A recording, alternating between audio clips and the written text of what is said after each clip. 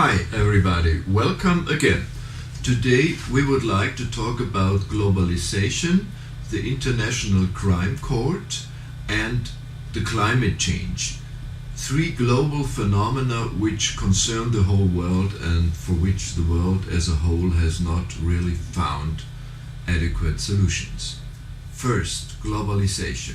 The term globalization denotes the process that international relations are increasing. For instance, technical evolution like the digital revolution in communication technology, also political decisions which liberalize the world trade.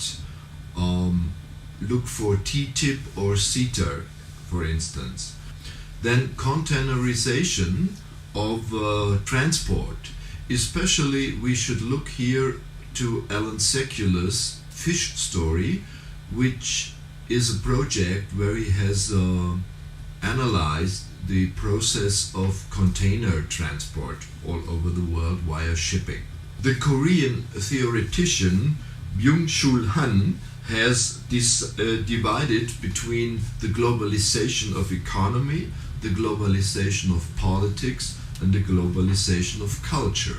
And we can add also that we can talk about the globalization of art. I come now to the International Criminal Court in Den Haag.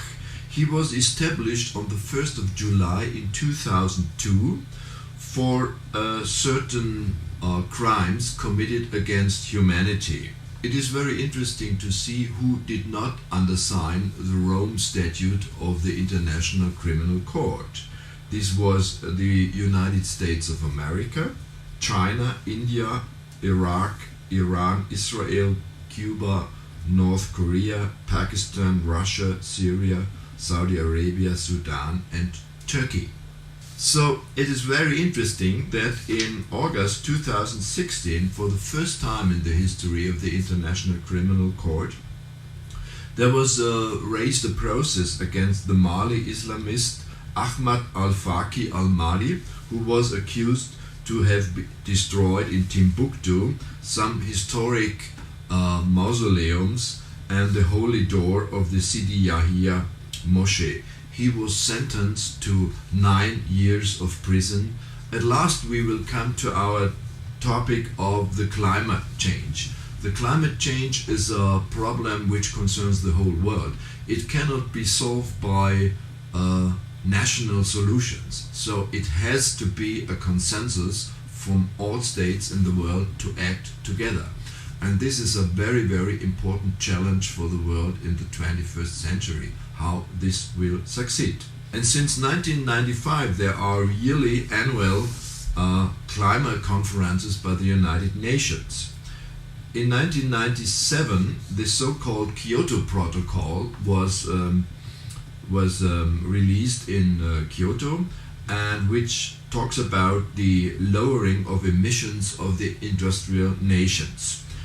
In these days in Marrakesh there will be a conference where they want to develop a climate protection plan for 2050, but in the forefront you see clearly that different national states have big problems to formulate this percentage of reduction of emissions. If we talk about art and globalization, I think the most important topic is how to visualize globalization as an artist. This is very complex because globalization as such is not visible, or you have to raise the question, how can I visualize the process of globalization, of politics or culture or economy? So as an artist you will have to step into this topic and you have to do artistic research to find out relation, facts and objects at least which you can visualize in this context. Thank you very much and bye bye till next time.